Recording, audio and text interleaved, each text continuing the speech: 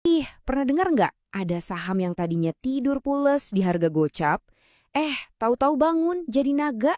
Nah, ini dia nih kisah comeback yang sensasional banget dari saham grup Bakri, BNBR. Yuk kita bedah bareng-bareng? Oke, jadi pertanyaannya simpel banget. Gimana ceritanya saham tidur ini bisa tiba-tiba meroket gila-gilaan?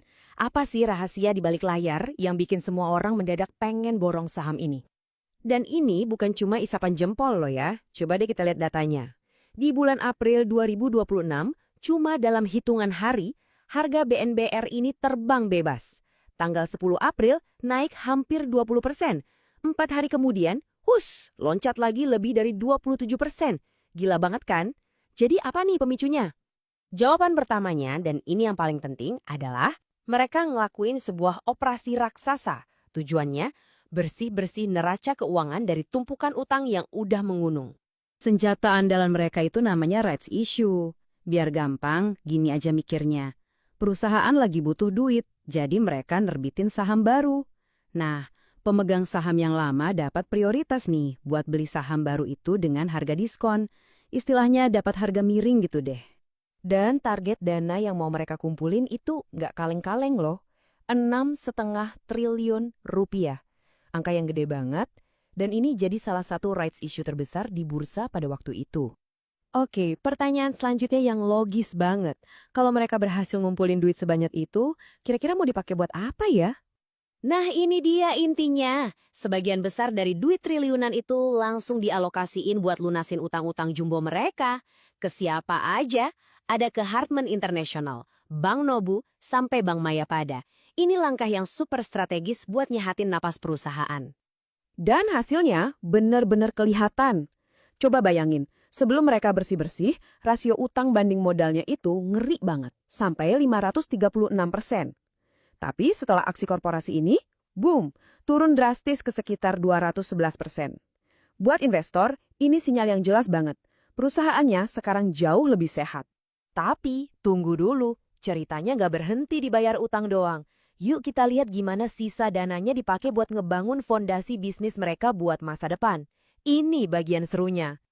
Oke, pilar pertama adalah fondasi yang kokoh, yaitu infrastruktur. Sekarang mereka punya mesin pencetak uang yang stabil banget lewat bisnis jalan tol. Coba dibayangin, aset jalan tol mereka yang di Cimanggis Cibitung itu bisa ngasilin 3 miliar rupiah. Bukan per bulan, tapi per hari. Ini yang jadi sumber cash flow utama mereka ke depannya. Sekarang kita pindah ke pilar kedua, ini adalah mesin pertumbuhan masa depan mereka, yaitu kendaraan listrik atau EV. Bisnis ini dijalankan lewat anak usaha mereka yang namanya VKTR. Dan mereka serius banget di sini. Pertama, VKTR bangun pabrik perakitan bus dan truk listrik di Magelang, kapasitasnya 3.000 unit setahun. Kedua, mereka udah jadi pemain kunci masuk sekitar 30% bus listrik buat Transjakarta. Keren kan? Jadi targetnya udah jelas banget, jadi raja pasar kendaraan komersial listrik di Indonesia. Lanjut ke pilar ketiga, ini lompatannya lebih jauh lagi ke masa depan. Infrastruktur digital. Yap, mereka siap masuk ke bisnis data center yang lagi booming banget. Rencananya, mereka mau bangun data center di Kalideres, Jakarta Barat. Apa keunggulannya? Pertama, mereka udah punya tanahnya sendiri. Kedua, pasokan listriknya aman karena bisa dari grup sendiri. Sekarang, mereka tinggal cari partner internasional yang jago di bidang ini. Oke, ceritanya kedengaran bagus banget ya. Tapi, kayak investasi lainnya, selalu ada dua sisi koin. Jangan cuma lihat untungnya, kita juga harus sadar sama risiko yang ngintai di baliknya. Jadi gini, di satu sisi, potensinya gede banget. Ada duit pasti dari tol, ada peluang pertumbuhan dari mobil listrik. Tapi, di sisi lain, risikonya juga nyata. Bisnis barunya, VKTR, itu kan masih rugi. Terus, jangan lupain juga reputasi dan volatilitas saham grup Bakri yang sering naik turun kayak roller coaster. Nah, inti perubahannya ada di sini. Pasar sekarang cara mandangnya udah mulai geser.